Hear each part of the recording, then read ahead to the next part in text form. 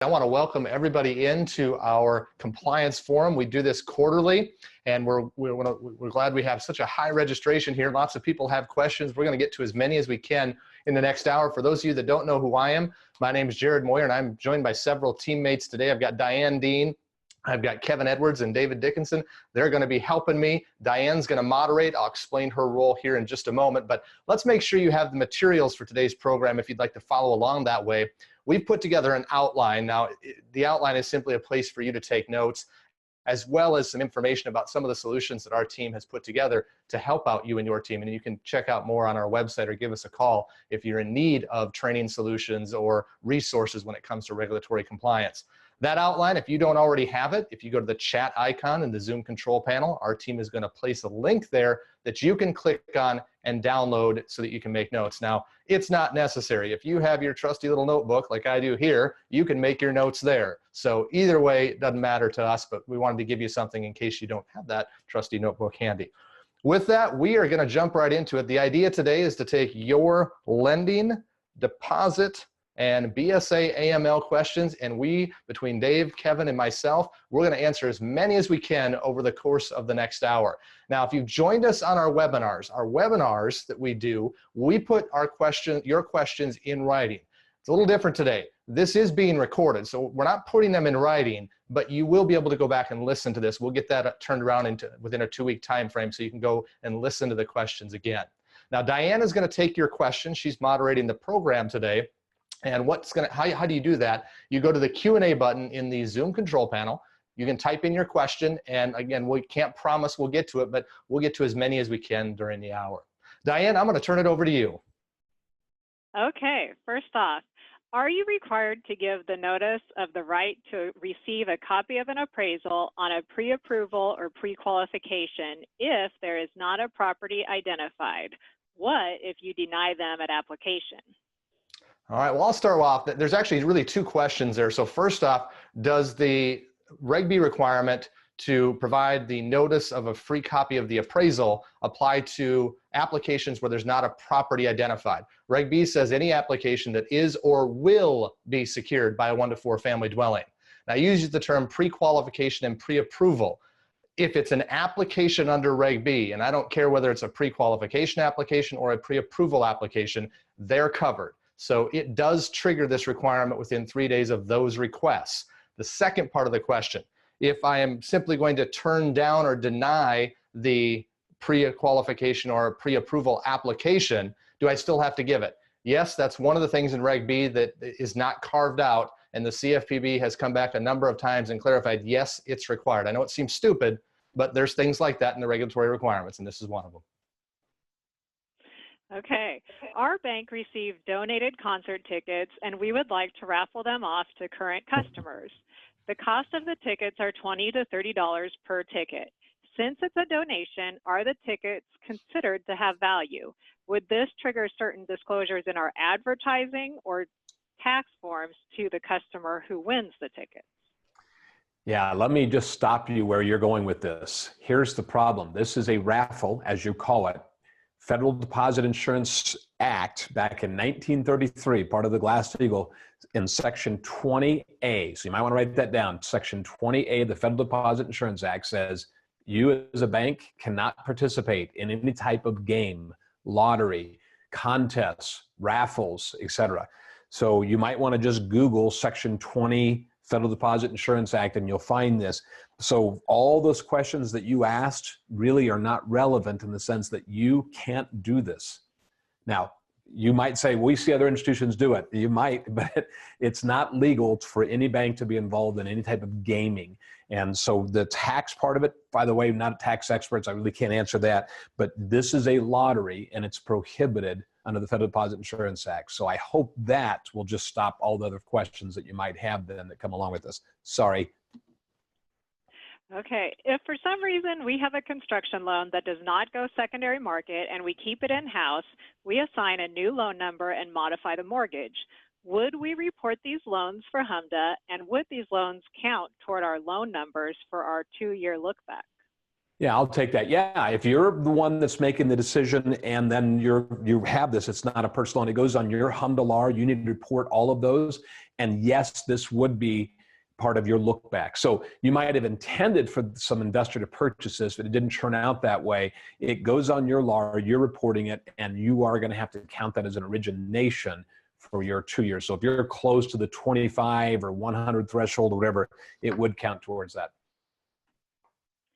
If we need something additional to complete a HMDA application, does that mean we don't report it unless we get the information, or do we need to send a notice of incompleteness?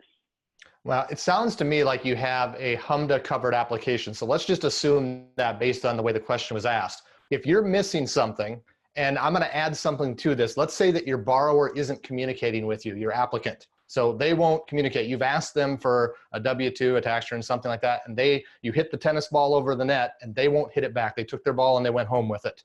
So what you're going to be left with to close this out, so yes, it is reportable, is you either have to slam the door shut and deny it because it's incomplete, or you send them a notice of incompleteness. That's your two options for closing this thing out if they take their ball and go home. Can we rely on the identification information that we obtained from a beneficial owner if the individual subsequently comes in to open a personal account? I'll take this one. I like the idea of thinking outside of the box and coming up with efficiencies. Now, you have your CIP process where you have it in place and you are identifying individuals who come in and open accounts. Now, that's a one and done. Now, with the beneficial owner rule, you're collecting very similar CIP information. And the question is, can you rely upon that? Here's the problem, and I like the idea that you're thinking of efficiencies, because under the guidance from FinCEN, you can go the other direction. So if you have somebody who's already a customer, you can rely on that information subject to the rules that are there, but can it go the other way? Now, you're given some flexibility to have your CIP process in place, but here's the problem. Now, you have additional flexibility under the beneficial owner rule to collect this information that is not there under the CIP process. So in other words, you can collect copies of the identifying information under the beneficial owner rule, and that's not specified under CIP. You can rely on third parties bringing it in. So I like to think of the beneficial owner verification process as CIP light. So that's the first problem you might run into, is that you may not be following the same procedures under your beneficial owner rules because there's more flexibility allowed there than you do under your CIP. The other issue to keep in mind is that you also have a customer due diligence issue. Every time a customer comes in and opens a new account, you're going to be needing to make sure that information is up to date and accurate anyway. So it might be easier just to go through your CIP process, other than going back and trying to verify that whatever you received at that beneficial owner stage is up to snuff and actually meets the requirements of your CIP process. And again, from a customer due diligence perspective, you're going to be reassessing the risk profile anyway once they open that new account. Okay. Can a lender cancel mortgage insurance before required to do so under the Homeowners Protection Act? In other words, does the Act only dictate the bare minimum of circumstances required to remove mortgage insurance, but the lender is free to cancel it prior? That's correct. But just what they said in the very end there, HOPA, the Homeownership Protection Act, says you have to cancel it at 80% or 78%. There's a whole lot there in the weeds that I'm not going to get into. Could you cancel it before that? Certainly can. That's up to you. It's a safety and soundness issue. Diane, let me pause you. We got a couple, I'm just going to do a little housekeeping things. Somebody was asking about continuing education, and we did not submit this for continuing education through the CRCM, but that doesn't mean you couldn't submit it. Part of it is getting these types of things approved when they're just open questions is something the ICB typically, or the ABA, is not going to just stamp approval on. So, but depending on who you're looking at for continuing education, I would say try it. Everything else we do does get approved. And then somebody else asked about, is there a video to this? That they said that we're only hearing you. And yes, there is a video. You should be able to see me and Diane and Jerod and Kevin. So there should be instructions on that in your email that talked about how to connect, or on the Zoom platform there for you. So just want to knock those two out real quick. Okay. What should the policy say about private flood insurance? Well, those rules first off go into effect July 1st. And I can tell you, talking to Kevin from some of the training that I've been doing, I don't think we've seen a policy that's private that looks the same as the next one. They all look a little bit different. So what should the policy state?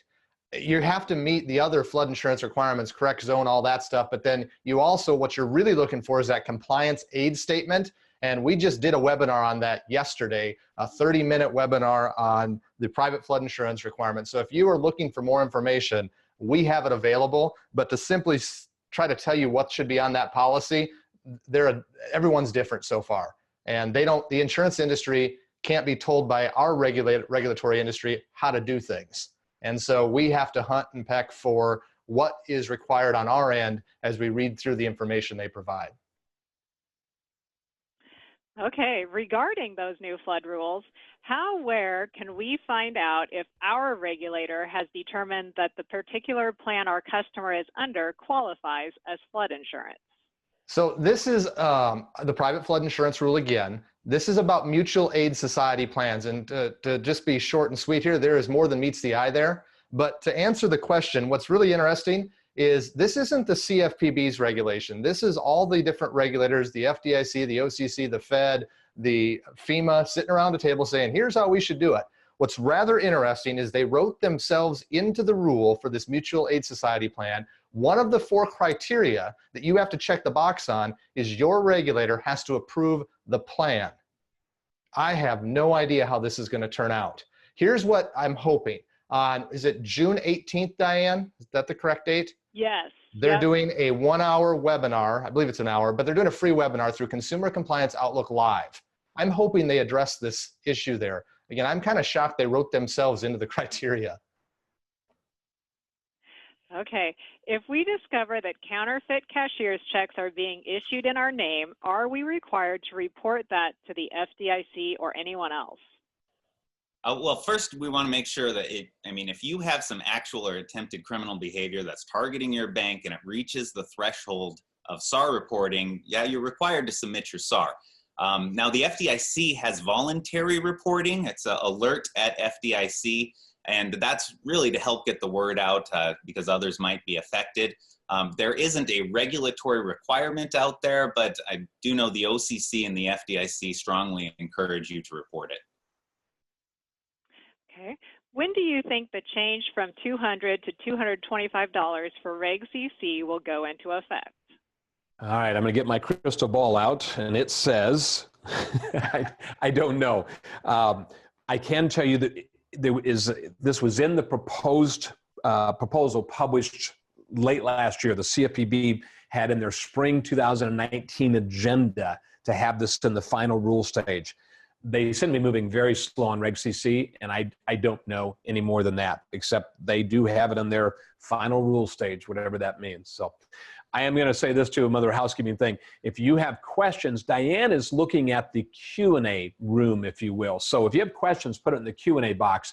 That chat function is our administrative team is watching that. So if you have any logistics like I can't hear, I can't see, that's for the chat function. Questions, go into Diane, use the Q&A button. We've had several people that are mixing those up. So there we go, back to you. Okay, is there a compliance checklist available for reviewing private flood insurance policies? Well, there is, and that's not so much a problem. The ABA has put one out, the American Bankers Association. I can't hand that to you today because it's copyrighted. They own that material. But I can tell you this: if you're a member of the American Bankers Association, or you maybe know somebody who's a member of the American Bankers Association, they put together a free checklist that you can utilize for this. We've also put some material together through our subscription newsletter. Magazine that we put out monthly that I mentioned in the opening. We don't have a checklist, but lots of information about this topic. We have a loan secured by multiple buildings, all requiring flood insurance. The total amount of flood insurance in place is adequate, but coverage is all on one building. Do we need to send a 45-day letter and force place insurance on the buildings currently without insurance, even though the total amount of coverage would then be more than what is needed? Or can we lower the current amount on the main building policy? Yeah, you use the right word, adequate. What the Flood Insurance Act says is you have to have adequate insurance. Now let's talk about what that means. It's got to be in the right zone. So if you have Zone B coverage on a Zone A property, you don't have adequate coverage. One of the requirements to having adequate coverage is that every building in a special flood hazard area has to have some coverage on it. So you do not actually have adequate coverage on this loan. I know we're just playing on the words a little bit. So the short answer is every building has to have some flood insurance. Just because the dollar amount is right, but it's all in the one building, it isn't adequate for this loan. So you do need to notify them, start your forced placement, that they have to allocate some of that over to the other building or buy another policy and keep what they have. You don't want to tell them not to, have the amount that they already have on the one building, but they have to have some on the second building is a requirement, and you do have to notify them and start forced placement on that. If we have a home loan secured by the dwelling, but also a vehicle, do we need to disclose the NMLS ID number on the security agreement that covers the cars? I don't believe the SAFE Act intent was to have NMLS numbers on like a vehicle title. It was meant to be like on mortgage documents when there's real estate involved. However, I'm not aware of a carve out that would allow you to not put it there. And so I believe it has to be there because it doesn't say not to. Do we need to have both the FDIC and equal housing lender symbols listed on business cards? We hand them out and include them in our loan packets. Yeah, no, the answer is no on both of those. Remember, FDIC is specifically excluded from bank supplies, such as stationery, business cards, et cetera. Equal housing lender logo has to be on any type of home loan advertisement. So is the business card a home loan advertisement? I would argue, no, it's not. It's basically saying, here's who I am. And then we might put that in with home loan packages and things like that, but that's not an advertisement. By the way, I do a 2-hour webinar. One of my favorite ones is the advertising, where we take that truth in lending, truth in savings, consumer protection, bank sales of insurance. The lottery question that I just hit on is lighting up the Q&As, I've noticed. We get into all that. That was a webinar that we just did about a month ago. You can go to our store and you can find that. It's something we repeat every year too. It might be of interest to you. Again, Jerod started out by talking about our solutions for your questions. So if you have more on that, look us up on the advertising webinar. Okay. If we cannot require a successor in interest to assume an existing loan, do we have any remedies, or are we required to just leave the loan in the name of a deceased individual unless or until the loan is delinquent? Now, the remedies that are available to you under these circumstances, it really depends on how your loan agreement is worded and the state laws that are in place. So really, we're talking contract law here. So you can't force somebody who's not involved in the contract to be part of your contract. That's why we have, there are some acceleration clauses out there. So basically that says it's like a due on transfer clause, but most of them exempt death. So the heirs have the right to come in and step into the shoes of the borrower if they choose to. Now, there's mortgage servicing rules that are out there that require you to help these successors get to a position so where they're getting all the information that they need, and so that they're not cut out of the process, so to speak. But generally, they can continue making payments, and really up until that point, you would accept them. However, once there is a default, and it can be any default under your contract, then you can exercise your rights that are under your loan agreement. So it's actually very state specific and very fact specific. So probably at that point you'll want to contact your local counsel. If we have an LLC owned by 3 trusts and each of the 3 trusts are owned by a married couple, does anyone have 25% or more beneficial ownership?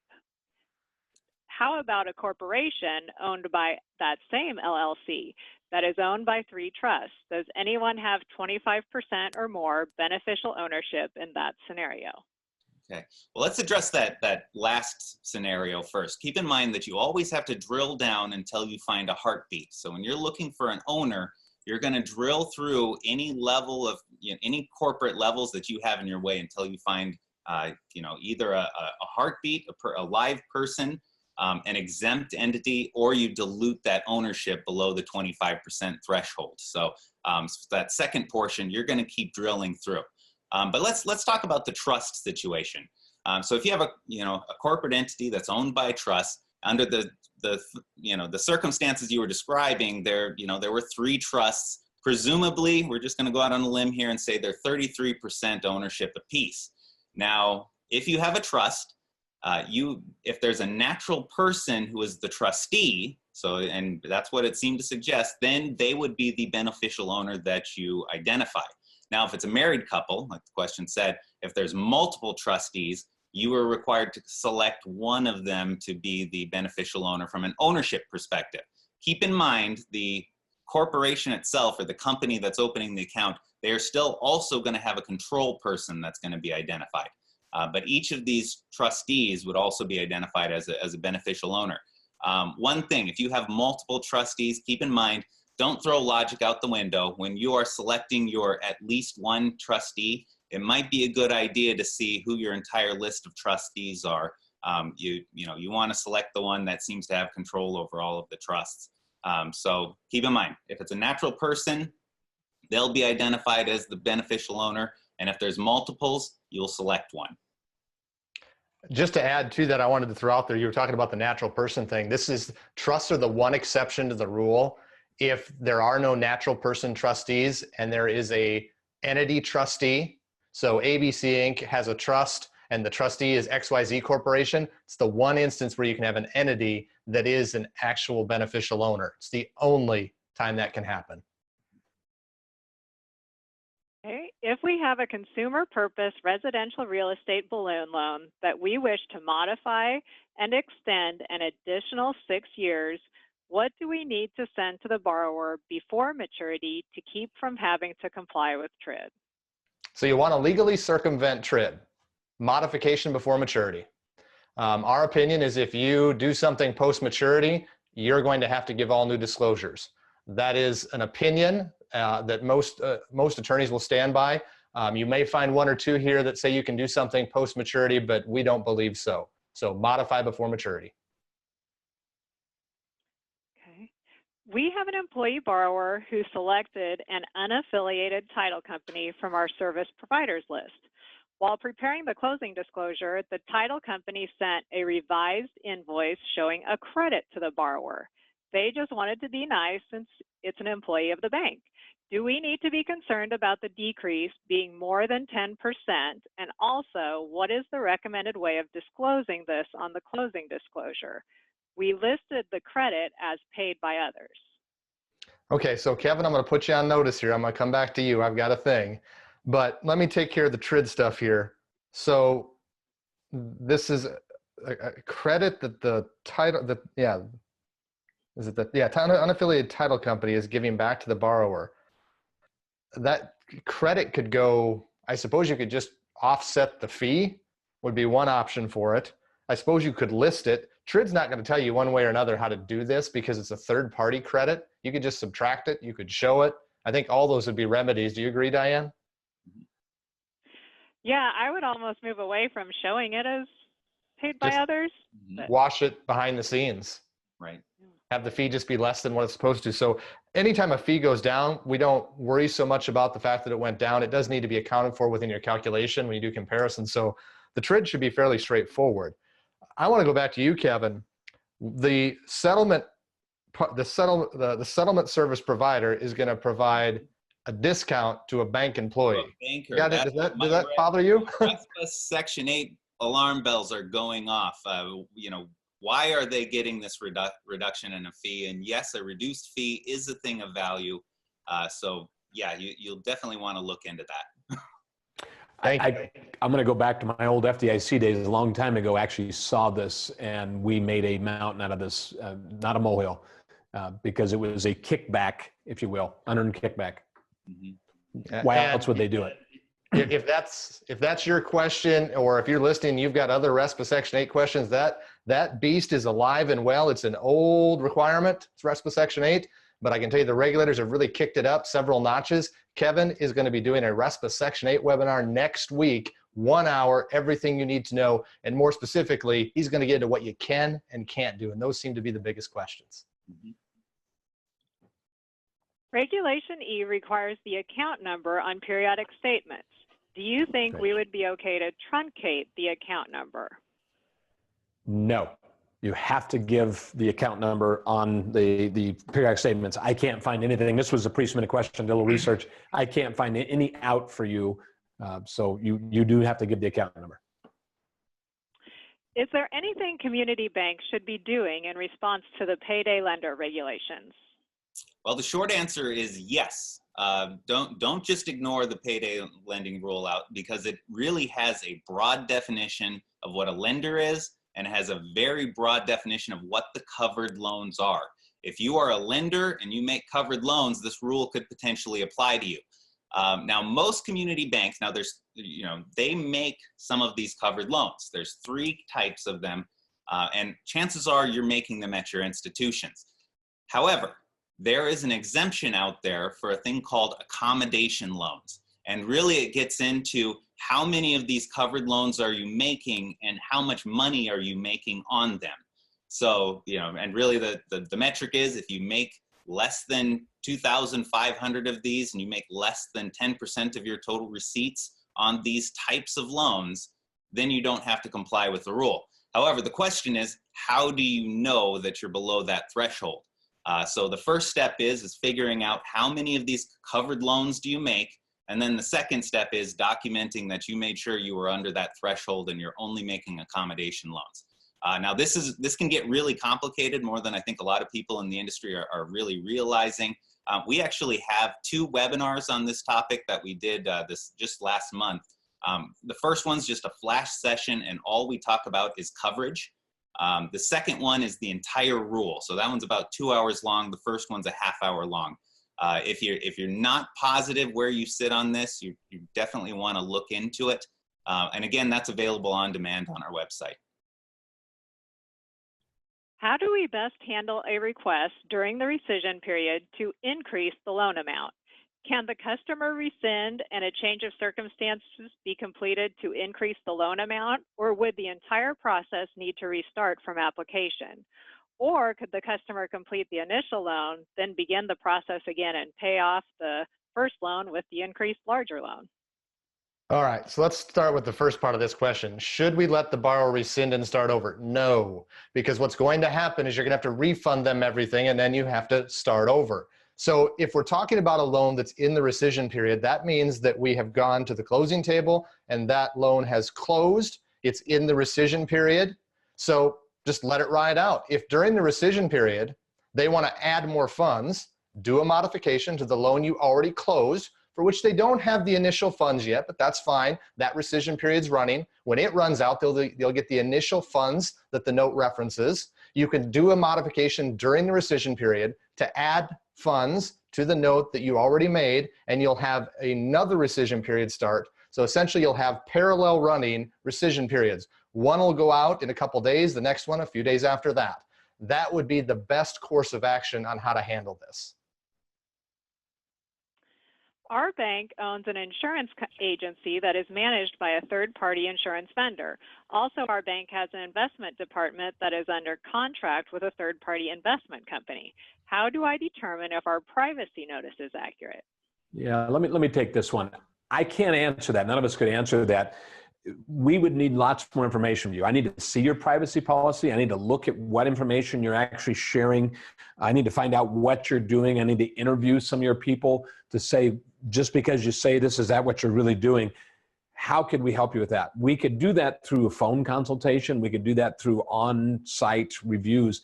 In addition to training, a lot of you know us, we actually do come in and do transactional testing. We do consultation like this. So if that's of interest to you, give us a call. Maybe we can handle it on the phone. Maybe we can do it by a Zoom meeting like we're seeing today, or maybe we actually need to come on site. We can provide you with those types of solutions, but I can't answer that question without lots of more information and interviews and et cetera to fully get it covered. So. Our institution has a step rate construction perm product in which the interest rate is fixed for 12 months during construction and then changes to a new fixed rate at conversion. We disclose a single APR reflecting the the charges from both phases per Reg Z.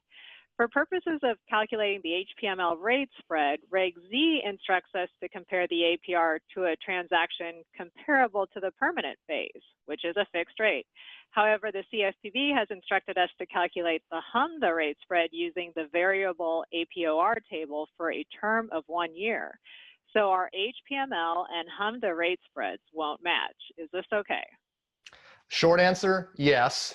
Longer answer, this gave me a headache. This is a pre-submitted one. And unfortunately, sometimes, I said this with, I think, the first question, there are some stupid things in the regulatory requirements. This is one of them.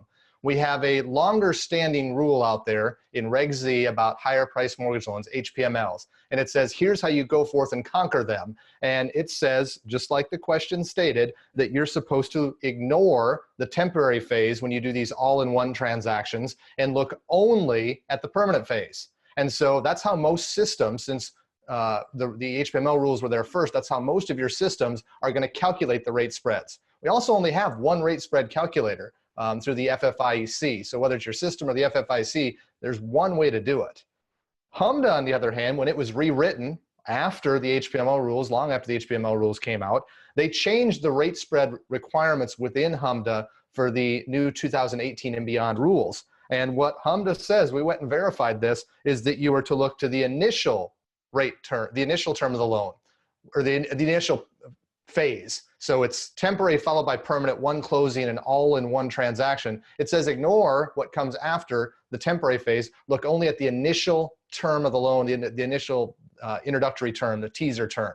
So here we got the rate spread looking at the 12-month term for HMDA, and we got the rate spread looking at the permanent 30-year term if we're doing a 30-year loan for the Reg Z version. How is your system going to come up with two different rate spreads? My guess, those of you that do these, you're probably reporting an incorrect rate spread for HMDA because it's using the long-standing requirement under Reg Z. This is something to look into. It's one of those gotchas that would be very easy for the examiners to identify and write you up on, unfortunately. When setting up a new loan operating system, some questions on state usury laws came up. Do you have a good resource for state-specific information on usury laws? Well, we don't have a resource on our website, but there are some websites out there that have compiled 50 states and put all the usury laws together. I know websites like findlaw.com have these types of lists that are out there, but I would caution you. Make sure that it's up to date, and that's really hard to do because you've got 50 states, basically 50 cats that are all changing laws, any given year. Now, a lot of law firms will go out and they do what's called a 50-state survey, and they'll go through and they'll maintain a list and they'll update it as these laws change. However, typically they don't give those away for free. So if you have a relatively small number of states, it might be worth going to one of those websites and then just double checking to make sure the law hasn't changed. But if you're in a multi-state environment and you're looking at all 50, chances are you might want to make sure that you get an updated list that's accurate as of the time you're looking at it. Would you give some examples of what you see as triggering events for the collection of beneficial owner information? Should any triggering event from a beneficial owner standpoint require us to update CDD information as well? And the answer is yes. You're required to have written procedures that identify triggering events, and that would cause you to update both your beneficial owner information and your customer due diligence. So basically your ongoing customer due diligence. And really what they're looking for is something that occurs during the relationship that you have with this customer that would affect that risk profile. So any kind of significant changes or unexplained activity on an account could be one. It could be a change in employment for a consumer, or a change in, significant change in how they operate their business. Changes in ownership, red flags that come up in your traditional suspicious activity monitoring. Or any kind of negative media search that you have going on. If somebody is red flagged on that, that might be a time for you to go in and take a look. And then the catch-all, maybe the information's just stale. Maybe it's just been a long time since you've gone and collected updated information, and you may want to have a trigger in your process there. Now, we're going to cover this in depth in our BSA conferences coming up this fall. And I believe, Jerod, you covered this in the beneficial owner webinar that we just have. Is that right? Correct. We have a 1-hour on-demand beneficial owner webinar that we did just within the last month or so that you can get your hands on within our website. Will we get into any trouble with examiners if we start doing primary dwelling construction deals as lines of credit? If so, what are the required disclosures in those instances, since lines are not covered by TRID? As long as you keep it to construction loans, so I'm going to build a house, you'll be fine just doing open-end credit for those types of transactions. If you do anything beyond construction financing and try to steer them towards open-end as opposed to closed-end credit, you're going to have a problem with the provision that's within the high-price mortgage loan rules that states you can't evade HPML requirements. And that's also a webinar that we do a 2-hour program on with high cost, high priced, quality, a qualified mortgage. So if you want more information there, we have that available, but that's the short answer to the first part of that question. As far as when you go into open-end credit, what disclosures are required, you're obviously gonna have to provide your initial program disclosure as it relates to home equity lines of credit. You'd have the Reg B appraisal requirements. And so there would be several disclosures that go along with that. The best thing I can tell you to do is this. Go to our website. I need you to navigate to the resources section. And there you'll find a thing we call the real estate loan matrix. And there's a line for open-end lines of credit on that matrix that will tell you all the disclosures and the triggers that come with open-end lines of credit. Hey, let me jump in there a minute, Jerod. I want to, you use the word steer, right? So it's not a problem if somebody offers lines of credit and this happens to meet that customer, they want to build a house. It's steering them towards that to evade, right? That's what you're trying to say. That would be a problem. Right. Okay, Dan. Okay. Do you offer sample risk assessments? We are in search of one that looks at all areas of the bank and determines our audit schedule. Well, and there's more to this. This person pre-submitted. Here is the part I really wanted to get at is they say, we've had one for many years and recently the examiner suggested we develop something different. My question is why? The regulators have put out one sample risk assessment. That is in the BSA exam manual, the FFIECs. That hasn't changed. Why not? Because it's sufficient. It works. We don't have any, the short answer, no, we don't have any sample risk assessments. Why not? Because the regulators have put one out there and it should be used, I think, for most everything. You can use that sample risk assessment for BSA, for fair lending, for everything that you offer, because that's what a risk assessment is asking. Not so much about this specific regulatory issue, but rather your training, your asset size, your complexities, your employee turnover. That's what the risk assessment is looking at. So why did the examiners have a problem with your last risk assessment is a good question. And are they just looking for something new under the sun, or is what you're doing fine? Jerod mentioned the free resources. We do have lots of sample policy and procedures that are free. If you go to our website at the very top, bankerscompliance.com, go to free resources, and in our store, you'll be able to find under general, there's an operations, there's a BSA, and there's a lending. You'll see lots and lots of tools. For instance, we have a FACT Act policy procedures, templates, and things like that.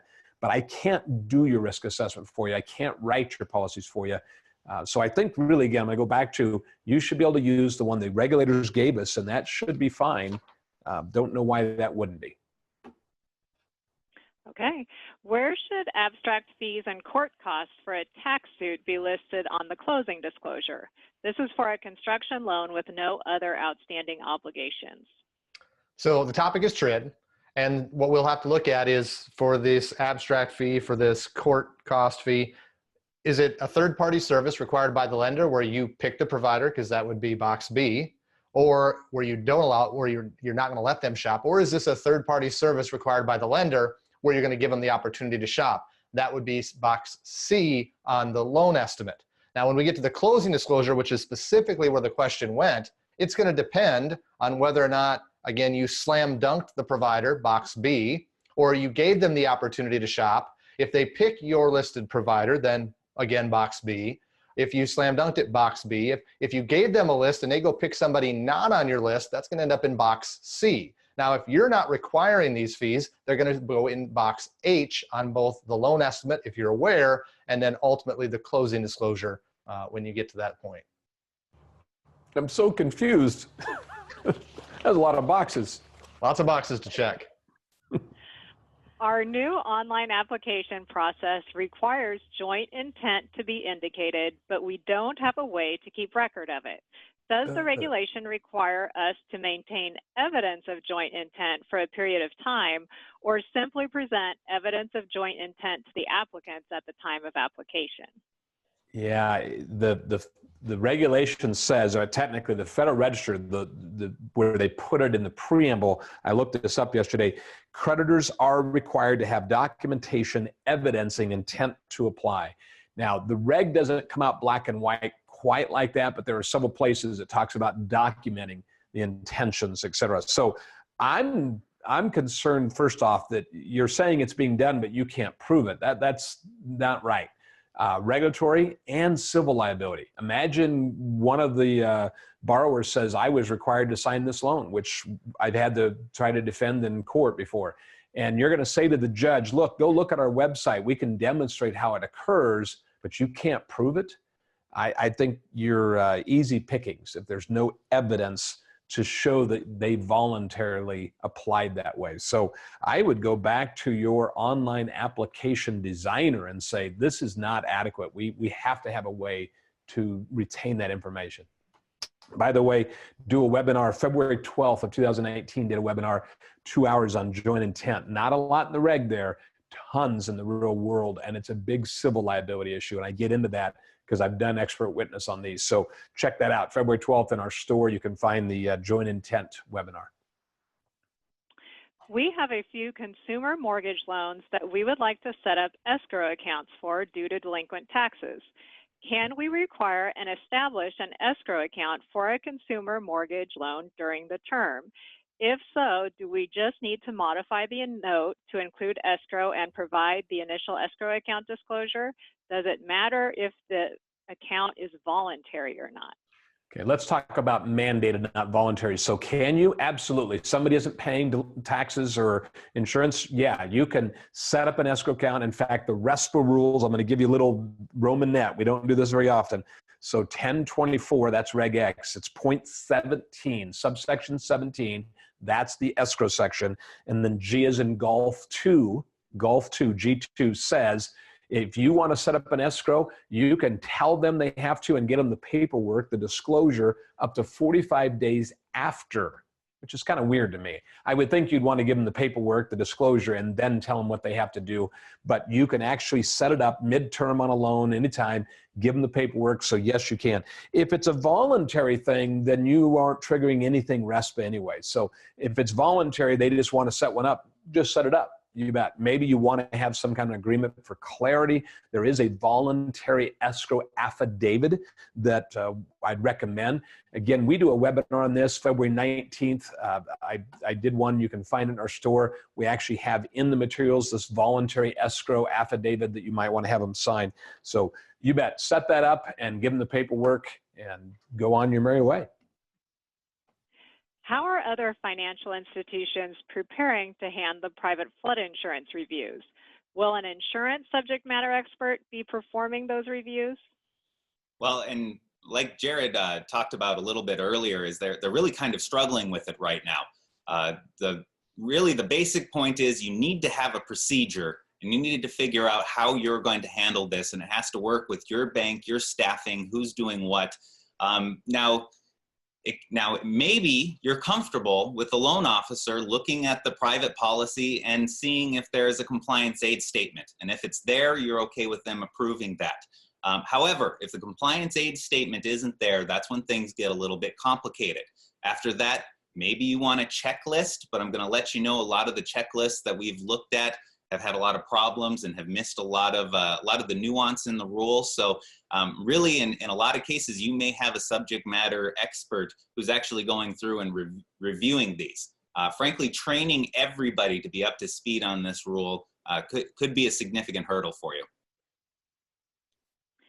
If the seller is charging the buyer a fee to extend the closing date on the sales contract, where should that be listed? Well, I suppose on the closing disclosure, TRID's not going to talk about this anywhere that I'm aware of. But if we think through the logic of how the closing disclosure is set up, Section H is the only place that that fee could show up, where, because it's not something the bank is requiring. So it's the seller's charging me because I'm slow, I can't close on time. Section H is the only thing we can come up with. I haven't mentioned this yet. I do want to throw this out there. If you are looking for TRID training, we have a ton of it out there. We've got 3-part all-in-one. We've got just the loan estimate. We've got just the closing disclosure. We've got just changed circumstances. Whatever fits your bill, it's probably out there. And if you have anything that you have questions on, give us a call. We can find the right training for you, or we can customize it. Is it our job to file a SAR if our commercial customer is contacted by email from a fictitious person claiming to be the customer's vendor, and they ask for payments to be sent to a different account at another bank? Or is it the other bank's obligation? Well, really, if you look at what the triggers are for a required SAR, is if you become aware or you suspect a federal criminal crime has occurred and it's involving a transaction that was conducted through your bank, that would be a trigger as long as it's over the threshold. However, if they haven't attempted to conduct any transfer, I think you're probably fine just investigating it and then documenting why you chose not to file a SAR. But if there was an attempt, or if there was you were involved in the investigation and you stopped it, if it's over the threshold, it's probably something you would file a SAR on. For HELOC increases where a new note is used rather than a modification, should the full amount be reported for HMDA or just the amount of the increase? Does this change whether the HELOC had been reported in a prior year or within the same year as the increase? All of the things that you brought up about increases, prior year, all that, that's CRA. HMDA basically says new note, report it. And it doesn't matter if it's an increase from an old loan or not. If loan B replaces loan A, satisfies, extinguishes, replaces loan A, that's called a refinance. Therefore, you have to report that and in its entirety. So it doesn't matter that you had a 50,000 and now it's 60,000. You report 60. You don't report the increase. Doesn't matter if you did it in January and you're doing it again in June. You're going to have a new loan. You report it again and again and again. For HMDA, our lenders don't always round debt to income and loan to value ratios correctly. Is this something that should be corrected when we report for HMDA, or do we strictly rely on whatever the lender had used? Okay, first off, there is some auditing guidance or transaction testing guidance that the regulators have put out. There are a couple things that they allow you to be off, like loan amount, an application date, annual income can be off by 1,000 due to rounding, things like that. But debt to income and combined loan to value are not listed in that guidance as an acceptable area that you can be off. Now, what you're supposed to do is report what you used. And then the filing instruction guide, the FIG, they even showed those out to the hundredth, like maybe my income is 99.03, right? Then you should report 99.03. But it's whatever used. So if the loan officer took that and said, well, that's 99, then you would report 99. If they said that's 100, they didn't round correctly, then you would say it's 100. It's whatever the loan officer used in their analysis is what you should report for those. So that's really the only guidance I can give you, is try to find out what are they really using, or are they trying to round things after they've used it. That's not what you should do. So where is it at? For Regulation E, when we get the first initial call, are we able to state that since we are needing something in writing, we will send a form to fill out and they should send it back to us? I tell you what, Reg E is probably one of the most misunderstood things when it comes to disputes and unauthorized transactions. I'm going to give you a snippet here, and I hope you're hungry for more after you hear it. And I'll tell you where you can get it. So under Reg E, you can't require them to put anything in writing. And you're on notice when they put you on notice. So if I pick up the phone today and I call you and say, that's not mine, you're on notice. Oh, but I'd like to ask you to put it in writing. You can ask me to, but you're going to start your investigation as soon as I notify you of the error. You can ask me to put it in writing, and really the only place that's going to be relevant for is if you need to return an ACH, and that's only if it's within 60 days, because if you're outside of that 60-day mark, you're not going to get your money back. So asking them to put anything in writing is probably not going to do you any good. The other thing is going to be if it's within 60 days of the statement on which the error first occurs, and you ask them ask them to put it in writing, then you follow the provisional credit rules. But if they don't put it in writing, again, you're still on notice. And this is the tip of the iceberg, folks. There is a ton more here. Dave does a 2-hour presentation on Reg E, disputes and unauthorized transactions, error resolution. I believe that's in the store on demand. I guarantee it will open up your eyes. I think May 14th or May 12th, just a few weeks ago, I did that. Jerod, wait, I'm not going to get reimbursed unless they put it in writing. So I've got to have it put in writing. Tough, Reg. You cannot require something. Wow, you're kind of hard, man. Tough. I know. The answer there is just because you don't get reimbursed doesn't mean you don't reimburse the customer. You can't take people's rights away from them. And the reg says if they verbally notify you, you're got to go. You have a contract, right? That's where I was trying to go. You have a contract with your merchants or your vendors or whatever that says, no, it's got to be, well, you may not get reimbursed. It's called the cost of doing business. That's the tough part of that. So anyway, thought I'd just play with you a little bit. Yeah. If we receive a HMDA application for a potential LLC, but the applicant withdraws before the LLC is created, who is the borrower for our reporting? Is it the guarantors? All right, this is a can of worms. So let me try to explain this the best I can. Jerod and Kevin and I are going to form Three Amigos LLC, right? I mean, I just decided, there we go. We haven't formed it yet. We come in and we say, hey, we're going to do this. Who's your applicants? I would say it's Kevin, Jerod, and Dave. But we're going to form an LLC, but we don't have one yet, and we aren't it yet. We are Kevin, Jerod, and Dave. So who are your applicants? These three amigos standing in front of you. That's who you would need to, in a sense, you can't put the cart before the horse. You've got to collect demographic information on us because we are applying. Now we say, well, if you got that entity, then that entity could apply. But an entity can't apply if the entity doesn't exist. So I don't know how you could report this as an entity in any way, shape, or form. And they're not really guarantors. They are the applicants at this point. Now, that's a can of worms because I know that's a major shift for a lot of your loan officers because this happens a lot. If I get the loan, then I'm going to form this entity. But until that happens, they're individuals. So I'll leave it at that. Can HMDA demographic information addendums be sent with the early disclosures for applicants to fill out?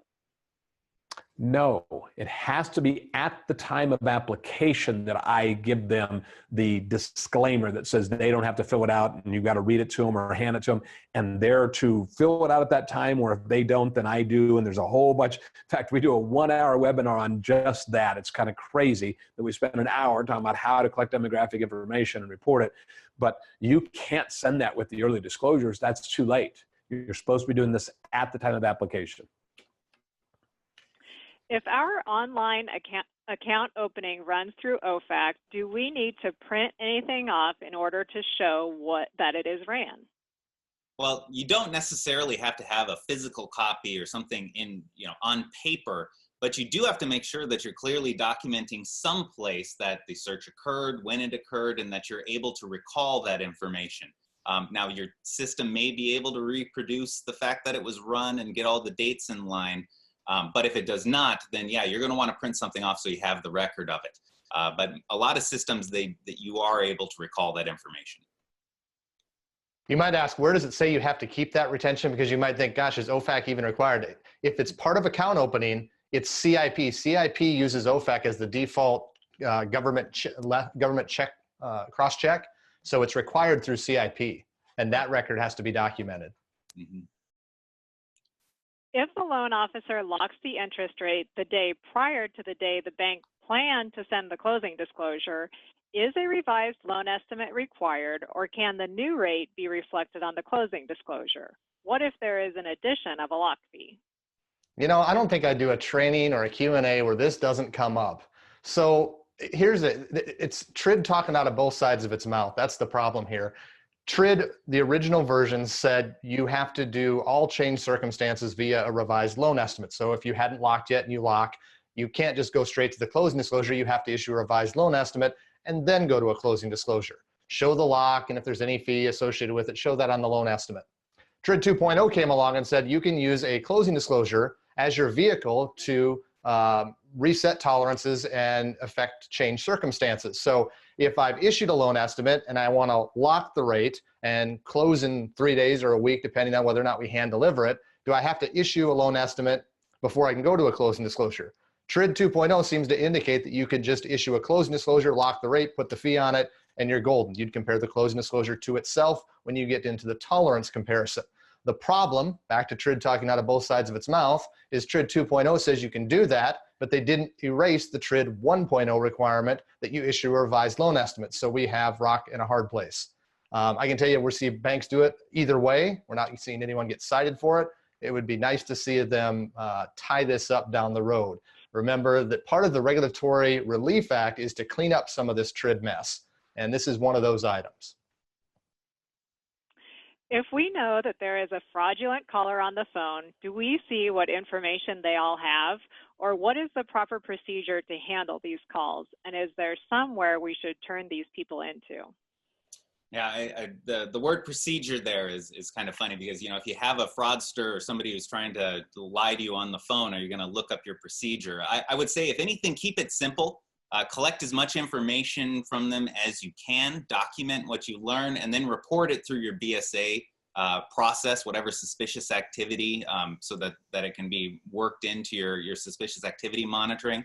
Now, with respect to reporting, you know, there's any number of ways you can report this kind of, you know, fraudulent telephone activities. You can call local law enforcement. Every state has a consumer protection office. For instance, in the Nebraska Attorney General's office, there was a special designated office that handled these types of things. Your state Department of Banking, the FTC, the CFPB, the FCC, there are a lot of places where you can report these kind of frauds. But really the important thing is to make sure you collect the information, get it to through your BSA suspicious activity monitoring, and that's the way I would handle it.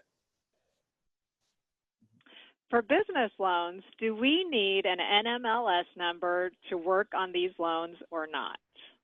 I'm going to be short and sweet so Dave can get the next question in before we hit the top of the hour. The answer is no, it's limited to consumers. The SAFE Act does not apply.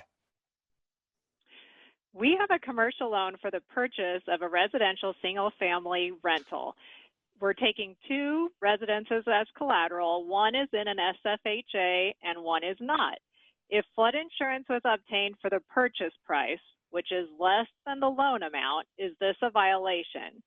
Can replacement costs of only the property in an SFHA be relied upon for flood insurance purposes, or do we use the loan amount?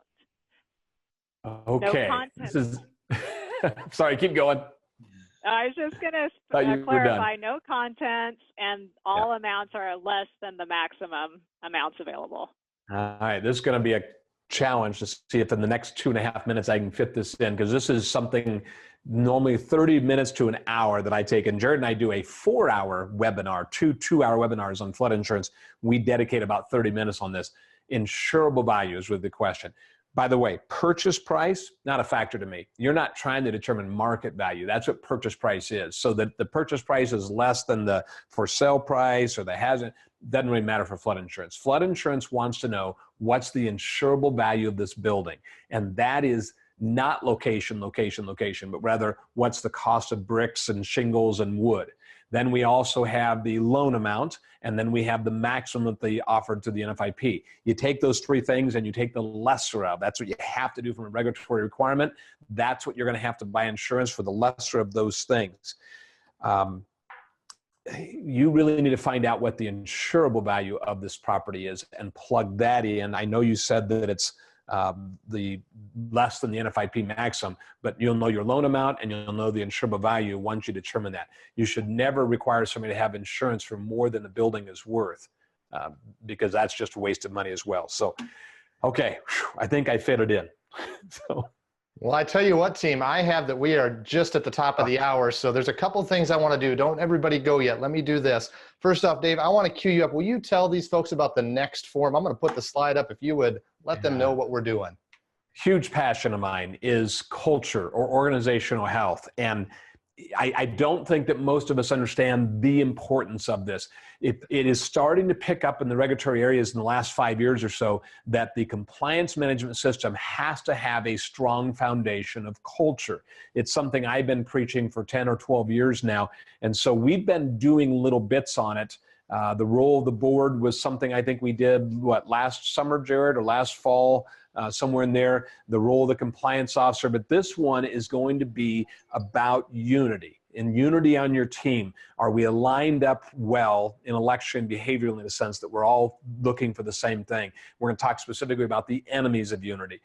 So something I'm very excited about. It's 1 hour back on August 13th. Please, I know we had over 500 people online. I think we had over 600 people sign up for this today.